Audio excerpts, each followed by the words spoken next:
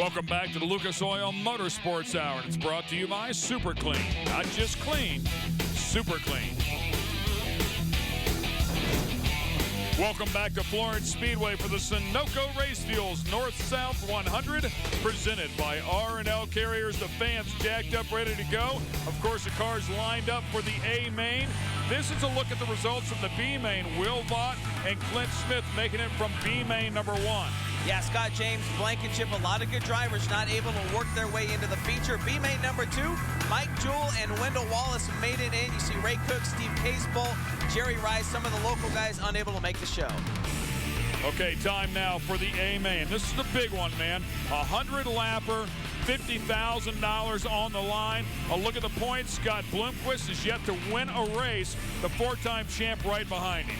Well, let's take a look at the General Tires starting grid here tonight for the North-South 100. The 77 of Joe Arms, who got his second career Lucas Oil win earlier this year, will start on the pole. Pearson, O'Neill, Shaver, a 2-time winner of this event, all right behind him, along with Billy Moyer, Scott Bloomquist back there in row number 4, Steve Francis, Bart Hartman. I mean, you name it, T-Mac in there, Lanigan. They're all coming after him, baby. It's the best of the best. Jimmy Mars, Jimmy Owens back there as well. Will Vaught, who laid down quick time at the Diamond Nationals earlier this year inside row 10.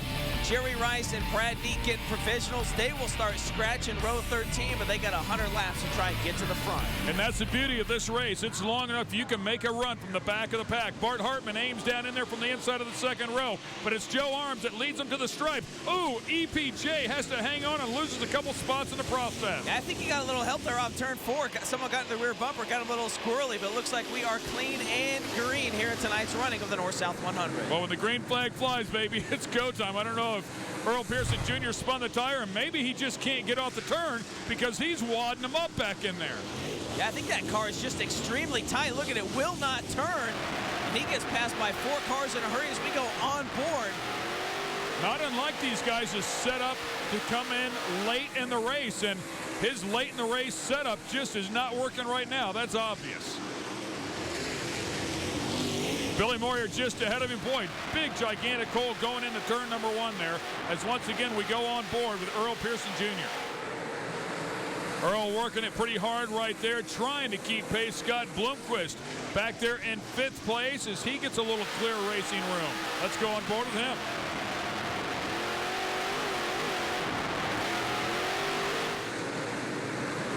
And that's the 31 of Skip Arp, known as the Professor, right behind him. Battle for that 5th position.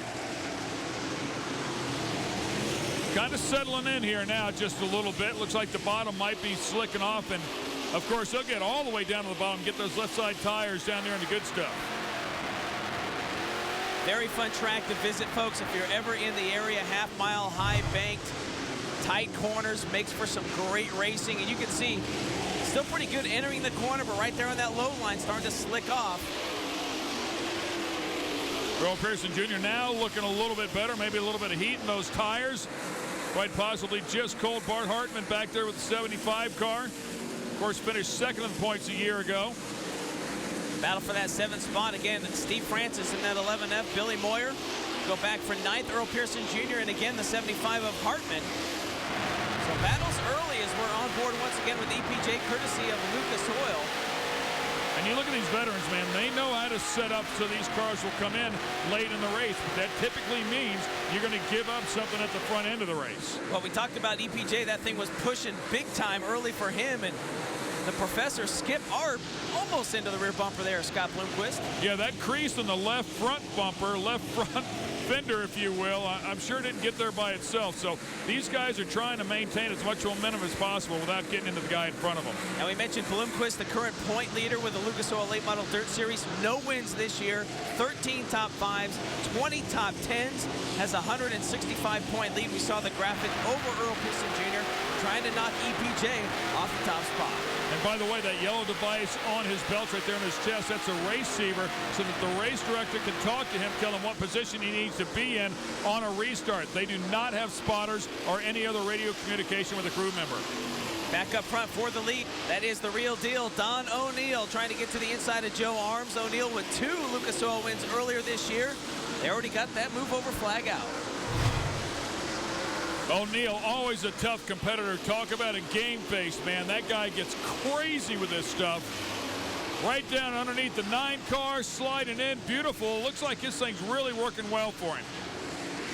Yeah, and I think right now you want to be the 71. You don't want to be the leader because O'Neal can kind of use some of these lap cars as a pick to try and take over the lead from Arms. I mean, Arms is out there in the 77. He's just trying to go where he can to get by these lappers. We talk about it all the time. It's awesome to watch the guys in the cars that are working well pick their way through traffic. And typically the guys in the back of the pack are working way harder than the guys in the front of the pack because they're fighting with a car that just doesn't handle right. Yeah, and they know when they see that move over the flag, the leaders are coming. And speaking of the leaders, we could have a new one.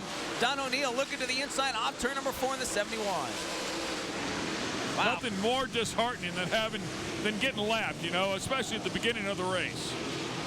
Yeah, they're racing for position, but then again, they don't want to screw up the leaders because at some point it's going to change. They're going to be the leaders, and they're going to want lap cars to move out of the way. As we go back to Earl Pearson Jr. and Mr. Smooth, Billy Moyer battling for 8th spot. Yeah, of course, the 4-time champion Earl Pearson Jr. back there just trying to hang on. Boy, he started off very, very rough, but now it's kind of settled in. When you see him get down there on the bottom, that means he's going to work, and that's where he's at. Orange tape on the steering wheel indicates center for him or dead straight. Yeah, that is the 11F of Steve Francis right in front of him. I should say right next to him now as EPJ looks to the low line, and Francis has been driving through the holes on the outside part of the racetrack. And Earl Pearson Jr., and no shocker there, he's running low. The Hurricane loves it down there, and the Kentucky Colonel, it's hard to pick him out for a lot of the fans that have been watching for so many years. Completely different colors on the car tonight, and of course a different number as well. A lot of racing yet to go. Joe Arms leads the E3 Spark Plugs top 5 along with the rest of the field.